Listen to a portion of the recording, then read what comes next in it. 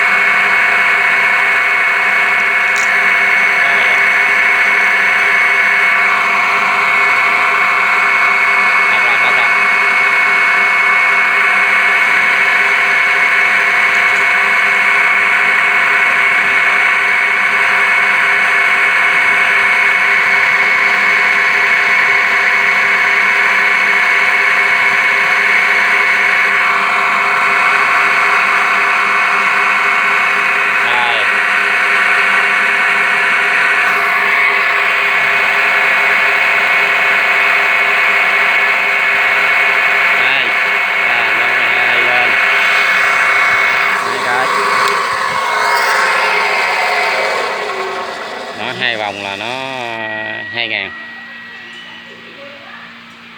Là nó chạy gần 2.000 vòng phút.